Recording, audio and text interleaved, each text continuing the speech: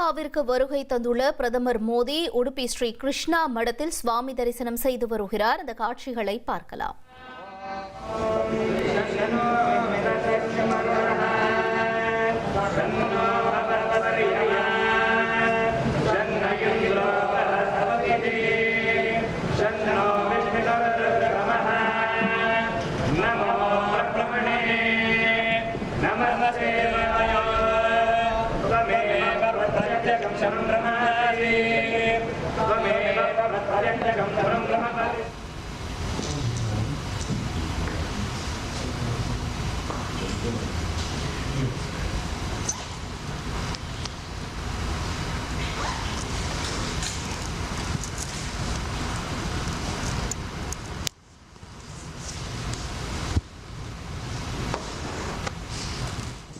கூடுதல் தகவல்களை செய்தியாளர் ரமேஷ்குமார் வழங்கிட கேட்போம்.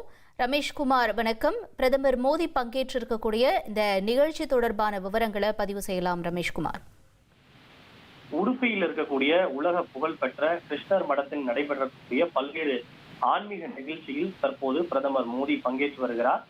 உடுப்பி என்பது உலக அளவில் பெயர் பெற்ற ஒரு கிருஷ்ணர் தலமாக விளங்குகிறது. குறிப்பாக உடுபா என்கிற பெயர்தான் மருவி உடுப்பி என்கிற பெயர் பெற்றிருக்கிறது.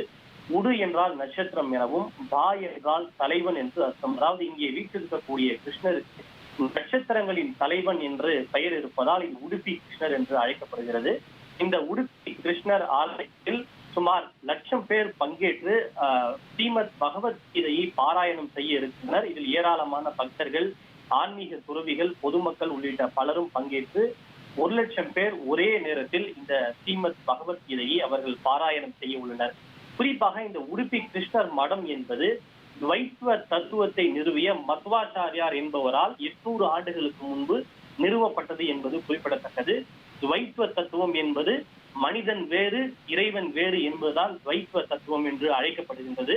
இந்த கிருஷ்ணர் கோவிலின் விசேஷம் என்னவென்றால், இங்கு கருவறையில் வீற்றிருக்கக்கூடிய கிருஷ்ணரை 9 துவாரங்கள் இருக்கக்கூடிய ஜன்னல் வழியாக மட்டுமே பக்தர்கள் தரிசிப்பது வழக்கம்.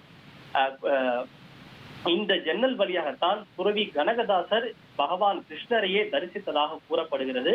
அந்த வகையில் இந்த கருவறையில் வீட்டிருக்கக்கூடிய கிருஷ்ணர் முன்பு அமைக்கப்பட்டுள்ள அந்த ஜன்னலுக்கு தங்க கூரை, தங்க கவசத்தை பிரதமர் மோடி சற்று முன்னதாக திறந்து வைத்திருக்கிறார்.